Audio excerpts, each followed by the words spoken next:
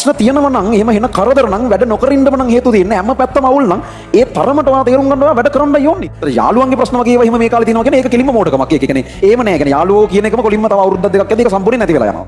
ඒතර තේරුම් ගන්න ප්‍රශ්න තියෙන නිසා තමයි වැඩ කරන්න ඕනේ කියලා. ඒ ළමෙක් කියනවා මට ප්‍රශ්නේ මට වැඩ කරන්න බෑ කියලා. ඔයාට ගොඩක් වැරදිලා. ප්‍රශ්න තියෙන නිසායි වැඩ කරන්න ඕනේ. ප්‍රශ්න වලින් පන්ති වලට යන්න ක්ලාස් ෆීස් ඉල්ලනකොට ඔයාලට දැනෙන්න ඕන හරිද එන නිකන් මොකද්ද මන්ද වැරදකාරී හැඟීමක්. ඒක වෙන්න ඕන. ඒක හොඳයි. මොන ප්‍රශ්නාවක් මොන හෙන කැවුවත් ඒ හෙන ගහන්න තරමට තමයි වැඩ කරන්න ඕනේ. ලේසි නෑ. හැබැයි මයින්ඩ් සෙට් එකකට හදා ගන්නවා වැඩ කළ යුත්තේ ප්‍රශ්න තියෙන නිසා. ඒක සම්පූර්ණයෙන් කන පිට හරවන්න ස්වාධීන මිනිස්සු වෙන්න බලන්න. ඒ තරමට ප්‍රශ්න අයින් වෙනවනේ. තනි මිනිහෙක් විදිහට හොඳ කෙනින් තියාගෙන ඉන්න පුළුවන් මට්ටමකට එන්න එක එක කරනවා මට යපෙන්නේ නැතුව. දැන් ඇති එහෙම යපුණා. ඔයාමරි එලෙල් කරන්න ගන්නවා කියලා හිතාගෙන වැඩ කරන්න ගන්නවලු උඩරිම දවස් 3යි 4යිලු එක්ක ගෙදර ප්‍රශ්නවලු නැත්තම් යාළුවන්ගේ ප්‍රශ්න නැත්තම් අසනීප හරි වෙනවලු. ඔය කතන්දරේ මෙහෙමනේ ඉතින්. ප්‍රශ්න විසඳලා ඉවර වෙලා වැඩ කරනවා කියලා එකක් නැහැ නේ මම කලිනුත් කියලා දෙන්නේ. මිනිස්සුන්ට එහෙම තියෙනවා තමයි ප්‍රශ්න. මේක එහෙම බැලන්ස් සාධාරණ එහෙම ලෝකයක් නෙවෙයිද මේකේ. ඒකේ කාට සමහරුන්ට කිසි ප්‍රශ්නයක් නැතුව වැඩ කරන්න පුළුවන්. තවත් සමහරුන්ට මාර ප්‍රශ්න ගොඩක් මැද වැඩ කරන්න වෙන්නේ. ඉතින් මේ දෙකම තියෙනවා. ඉතින් ඒකට කරන්න දෙයක් නැහැ. අපිට මේ පාර්ට් එක වෙනස් කරන්න බෑ. ඒක ලෝකේ ස්වභාවය. ඒක ප්‍රශ්න කරලා වැඩක් නැහැ. කොහොම කරත් ඔය කාටවත් ගිහිල්ලා එක පේපර් එකක් ලියන්න වෙන්නේ. ඒතර මේක එහෙම සාධාරණ නෑ තමයි. ඒක ඇත්ත. හැබැයි ඉතින් මේ විවිධ කන්ඩිෂන්ස් එකේ කොහොම හරි ඔය හැම જાතියෙම ඒ කියන්නේ කිසිම අවුලක් නැතුව ඉඳලා කෙලවෙන්නේ වුණොත් ඉන්නවා. මොකෝත්ම ප්‍රශ්නත් හැබැයි උන් කරගත්ත දෙයක්වත් නැහැ.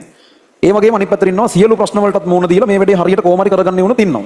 ඒ ඔය ඒ කියන්නේ ඒ තමන්ගේ ආරම්භක තත්වය කියන්නේ මොකද්ද කියන එක මත ඊළඟ තත්වයේ එහෙම ඍජුව තීරණය වෙනවා කියලා එකක් නැහැ. යාළුවන්ගේ ප්‍රශ්න වගේ වුණා නම් ඉතින් ඒවා ඉල්ලන් කෑම. ඒවා ඉතින් අයින් කරගන්න ඕගොල්ලෝ දැනගන්න ඕන. ඒ කියන්නේ තව ඊළඟ අවුරුදු දෙක යද්දි කොහොමත් ඔය ඕගොල්ලෝ දැනට ඔයාලට සමීප එහෙම යාළුවෝ කියලා කොටසක් කියනනේ උන් කවුරුත් එකාට එක නැත එකාට එක නැත කෙනුන් තරහ වෙනව මොකුත් නෙමෙයි. උන් හැමෝටම තමන්ගේ ලයිෆ් එක හදා ගන්න ඕන. ඕගොල්ලෝ මේ වෙලාවේ තාම ඉතින් කාගෙන් හරි යැපෙන්නන්නේ. කාගෙන් හරි ගියක් හරි ඉල්ලගෙන ඉතින් ඔය මොන හරි කාලා දෙන දෙයක් කාලා වෙන දෙයක් බලලා ජීවත් වෙන්නේ උන්නේ නැත්තම ඕගොල්ලෝ තාම ඔය චැප්ටර් එක ඉවර වෙනවනේ මේ ඊළඟ අවුරුද්දෙම වගේ. පාලි ඊට පස්සේ ස්වාධීන මිනිස්සු විදියට කැම්පස් හරි නැත්තම් මොකක් හරි තනියෙන් ජොබ් එකක් කරත් ස්වාධීන මිනිස්සු වෙනවනේ. ඒතර හැමෝටම ස්ට්‍රගල් එකේ ඉන්න පටන් ගන්නවා. හැමෝටම අරගලේ ඉන්න පටන් ගන්නවා. තනියෙන් තමන්ගේ ලයිෆ් එක හදා ගන්න. ඒතර ඒකත් එක්ක කාටවත් එහෙම අනිත් උන් එක්ක ඔය දැන් ඉන්න විදිහට එහෙම ඉන්න බැරි වෙනවා. කොහොමත් මිනිස්සු තනි මිනිස්සු විදිහට ගිහිල්ලා ආය අවුරුදු 5කින් විතර තමයි ආය හම්බෙන්නේ. කියන්නේ හරියම මං විදිහට. ඇත්තටම අවුරුදු 3-4ක් තියෙනවා කිසිම එහෙම දැනට තියෙන මානව සම්බන්ධතා සියල්ලම වගේ නැති වෙලා යනවා. ඉතින් උන් තම තමන්ගේ පාරවල් හදාගෙන ගිහිල්ලා තම තමන්ගේ ලයිෆ් එක හදාගෙන ඊට පස්සේ ටිකක් මේ දේවල් වලින් නිදහස් වෙදී ආය හම්බෙන එහෙම එකක් තමයි වෙන්නේ. දැන් ඔයගොල්ලෝ මේ වැඩිහිටි ජීවිතේට ලෑස්ති වෙන්න ඕනේ. ඉතින් ඒක තමයි ඔයාලට ඊළඟට එන්න දෙන චැප්ටර් එක. යාළුවන්ගේ ප්‍රශ්න වගේ ඒවා එහෙම මේ කාලේ තියෙනවා කියන්නේ ඒක කෙලින්ම මෝඩකමක්. ඒක කියන්නේ ඒව නෑ. කියන්නේ යාළුවෝ කියන එකම කොලින්ම තව අවුරුද්දක් දෙකක් යද්දී ඒක සම්පූර්ණයෙන් නැති වෙලා යනවා. ඒ කියන්නේ ඔයගොල්ලෝ හිතයි නෑ එහෙම වෙන්නේ නෑ. අපිට මාර යාළුවෝ අපේ නම් එහෙම යාළුවෝ නැති වෙන්නේ. එහෙම කොයිද කියලා. ඉතින් බලාගෙන ඉන්නකො ඉතින් කොහොම තමයි අපිත් හිතන් හිටියේ. අපේ ඊට පෙමුත් එහෙම තමයි හිතන් හිටියේ. එහෙම නෑ. හරිද? ඒක කිව්වට පිළිගන්න එක නෑ. ආයේ එක්ස්පීරියන්ස් කරලා බලන්න. හරිද? නැත්නම් එහෙම ඔයාලට අවුරුදු දෙක තුනක් වැඩි මල් ඕනම කෙනකින් අහලා බලන්න මේ යාළුවෝ ඉන්නවද ඉතින් කියලා. දැන් ඒ උත්තරයක් හම්බෙන්නේ. හරි මම කියන්නේ තමන්ගේ මොකක් හරි දෙයක් කරගත්ත. මොකුත් නැතුව තාම රත්යාදු ගහගා ගෙදරින් කකා වින්නේ නෙමෙයි මම කියන්නේ. අර මොකක් හරි තමන්ගේ දෙයක් කරගනිමින් යන හෝ කරගෙන තියෙන උන්ගෙන් අහලා බලන්න මොකද යාළු සමාසං ඒ සංගම් වලට වෙන්නේ කියලා. කියන්නේ යාළුකම් නැති වෙනවනේ තරහ වෙනවා කියලා නෙවෙයි මම කියන්නේ. ඉතින් කාටවත් වැඩ කවුරුත් මේ ස්ට්‍රගල් එකට ෆේස් කරන්න ඕන. ඒකෙදි කාටට අනිත් ඒවා මිස් වෙනවා. තමන්වත් හරියට බලා ගන්න වෙලාව නැති වෙන කාලයක් එන්නේ ඊළඟට. වැඩ ගොඩක් කරනවා ප්‍රශ්න විවිධාකාර දේවල් එනවා. ඒතර ඔය ප්‍රශ්න විසඳලා ඉවරලා වැඩ කරනවා කියලා එකක් නැහැ. වැඩ කරලා ඒකෙන් ප්‍රශ්න විසඳනවා කියලා එකක් තමයි තියෙන්නේ. ඒ කියන්නේ ඕගොල්ලන්ට විවිධ ගෙවල් වල ප්‍රශ්න වගේ අනම්මනම් දේවල් කොහොමත් නැති වෙන්නේ. ඔයාලා මේ වැඩේ ඉවර කරොත් විතරයි. ඔයාලා මේක හරියට කරගත්තේ නැත්නම් ඔය ප්‍රශ්න නිසා කවදත් ඔයාලට ඔය ප්‍රශ්න ටික ඉතුරු වෙනවා. ඔයාලට ඔය ප්‍රශ්න ටික නැති කරන්න පුළුවන් එකම විදිය මේක තමයි. ඒතර තේරුම් ගන්න ප්‍රශ්න තියෙන නිසා තමයි වැඩ කරන්න ඕනේ කියලා. ඒක ළමෙක් කියනවා මට ප්‍රශ්නේ මට වැඩ කරන්න බෑ කියලා. ඔයාට ගොඩක් වැරදිලා.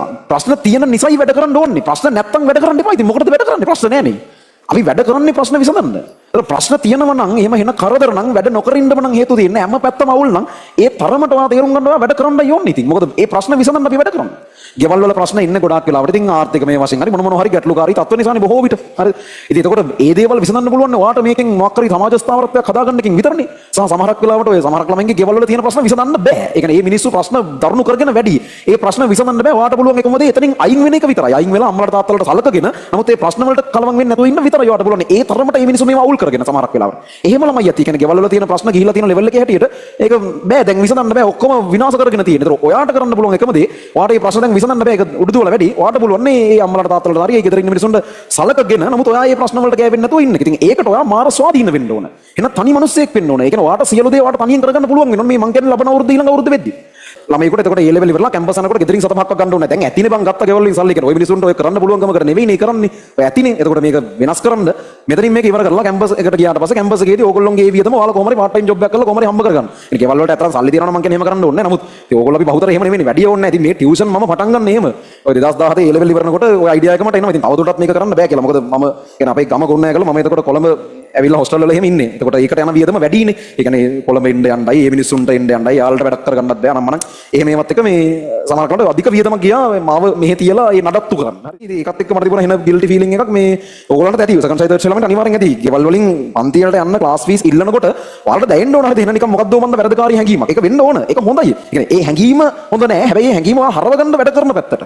ඒකයි වෙන්න ඕනේ. ඒකයි මම හොඳයි කියලා අදහස් කරන්නේ. ඒ නරක හැඟීම් ටික තමයි වෙනස් කරන්න ඕනේ. හැඟීම් වෙනස් කරන්න පුළුවන් වැඩ කරලා විතරයි. ඒ නිසා මොන ප්‍රශ්නාවක් මොන හෙන ගැවුවත් ඒ හෙන ගහන්න තරමට තමයි වැඩ කරන්න ඕනේ. ලේසි නෑ. හැබැයි මයින්ඩ්සෙට් එක එකට හදාගන්න ඕවා. වැඩ කළ යුත්තේ ප්‍රශ්න තියෙන නිසා. ප්‍රශ්න විසඳන්නයි අපි වැඩ කරන්නේ. ඒතකොට ප්‍රශ්න තියෙන හින්දා වැඩ කරන්නේ නැහැ කියලා එකක් නෑ. ඒක සම්පූර්ණ අනිත් පැත්ත. ඒතර ප්‍රශ්න තියෙන නිසාම තමයි වැඩ කරන්න ඕනේ කියලා තේරුම් අරගෙන ඒව ළඟ අද හෙට විසඳන්න පුළුවන් ප්‍රශ්න නෙමෙයි වෙන්නේ. ඒ ප්‍රශ්න විසඳන්න පුළුවන් නෙමෙයි මේ මාස 9න් වෙන්නේ නැති.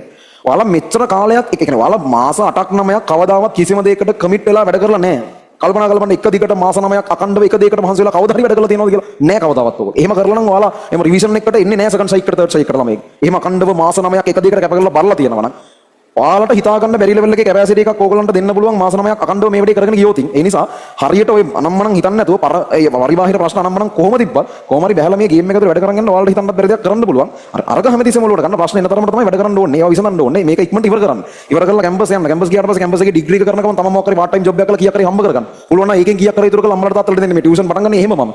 ඒ කියන්නේ මෙහෙමපත් වෙන්න කරපුවට නෙවෙයි මේක. මේ කැම්පස් යන කාල සීමාව පුරාවට ගෙවල් වලින් සල්ලි ඉල්ලන්න ලැජ්ජකමට. ඒ කියන්නේ මට ඒ ලැජ්ජාව කලින්ම ආවා. ඒ කියන්නේ ඒ ලෙවල් ඉවර වුණාට පස්සේ ඉතින් අය බෑ. ඒ කියන්නේ තව ඉල්ලන්න ඒක අවුල්. ඒ කියන්නේ මම සෑහෙන වියදම් කරලා තියෙනවා අපේ ගෙදරට. අපේ ගෙදර ඉඳලා තියෙන 3 දෙනාගෙන් වැඩිම වියදම් වෙලා තියෙන මම නිසා. මොකද මම කොළඹ ඉඳලා අයියා කුරුණෑගලම හිටියේ. මල්ලි දේවි කුරුණෑගල. ඒතකොට යාට ගමේනේ නගරෙම ඉස්කෝලේ ප්‍රශ්නයක් නැහැ. ලොකු වියදමක් කියන්නේ නැහැ. මල්ලි එනකොට මමත් කොහොමත් කොළඹ අවුරුදු ගණනක් ඉඳලා මල්ලි කොළඹට එනවා ශත මාසලා. යා එනකොට මම කොළඹ ඉඳලා නිසා අපේ කට්ටියට කොළඹ පුරුදුයි. එතකොට ගෙවල් එහෙමත් කුලියට අරගෙන මෙහෙ. එතකොට පොඩක් වියදම් අඩු වෙන ක්‍රමයක් මොකක් හරි හදාගෙන තිබුණා. ඒ හින්දා මට තමයි වැඩිපුරම වියදම් වෙලා තිබුණේ. ඒ වැඩිකාරී හැංගීම හින්දා ඒකෙන් ගැලවෙන්න තමයි කැම්පස් යනකොට හෝ ඊට පස්සේ ආයි කීයක්වත් ගෙදරින් ඉල්ලන්නේ නැහැ කියලා මෙහෙම වැඩ පටන් අරගෙන බොඩුවට යන්නේ. ඒක හිතුවේ නැති විදිහටපත් වුණා. මම කියන්නේ එහෙම වෙන්න ඕනේ නැහනේ. අපි කැම්පස් යන ගමන් කීයක් හරි වියදම හොයා ගන්න අපිට තිබුණා. නැත්නම් ඊට පස්සේ මොකක් හරි අපිට කැමති දෙයක් කරගන්න පුළුවන්. ඒ නිසා ඒකේ පාර්ට් ටයිම් ජොබ් එකක් වෙන්න පුළුවන්. ඕන එකක්. ඒ තමයි මම කියලා තියෙ ඔයගලන්ට අර චිත්‍රය ඉඳලා මාසෙට ලක්ෂ 2 3 හොයන මෙඩිකල් ෆැකල්ටි කියලා මම ඉන්නවා. ෆයිනල් එකෙත් 3 ලක්ෂ 3 විතර හොයලා තියෙනවා. ඒ කියන්නේ ඔය චිත්‍රාන් ඉන්න පුළුවන් ළමයින්ට ඔය ඩිජිටල් විදිහට ඔය මොන හරි චිත්‍රය ඉඳලා ඒවා විකුණන්න පුළුවන් හොඳ මාකට් එකක් තියෙනවා. අර ළමා කතන්දර වලට. ඔය වගේ තව අපි නොදන්න මාකට් ඕන තරම් තියෙනවා. මම මේ ඒක දැකම නිසා කියන්නේ. ඒක දැක්කේ නැත්නම් මම දන්නේවත් නැහැ මේකක් තියෙනවා කියලා. ඕගොල්ලෝ හිතනවා ඉතින් මොනවද කරන්න පුළුවන් එහෙම කියලා. ඕන තරම් තියෙනවා හොයන්නයි ඕනේ. ලෝකේ ඔපචුනිටිස් ඕන තරම් තියෙනවා. දැන් කොහොමත් අපි ලංකාවේ මිනිස්සුන්ට වඩා නිකන් පෘථිවියේ මිනිස්සු වගේ වෙලානේ තියෙන්නේ. ග්ලෝබලයිස් වෙලානේ තියෙන්නේ. ඒ හින්දා එහෙම ඕන තරම් තියෙනවා. මේ තමයි ගෙවල් වලින් සත පහක් හරි ඉගෙන ගන්න අන්තිම ඉල්ල ගන්න අන්තිම කාලේ කියලා හිතා ගන්න. මේක සම්පූර්ණයෙන් කන පිට හරවන්න ස්වාධීන මිනිස්සු වෙන්න බලන්න. ඒ තරමට ප්‍රශ්න අයින් වෙනවනේ. තනි මිනිහෙක් විදිහට හොඳ කෙනින් තියාගෙන ඉන්න පුළුවන් මට්ටමකට එන්න එක එක කරනවා මට යපෙන්නේ නැතුව. දැන් ඇති එහෙම යපුණා. දැන් ඒ කතන්දර ඉවරයි. දැන් ප්‍රශ්න තියෙන හින්දා මොනවද වැඩ කරන්න ඕනේ. හරි.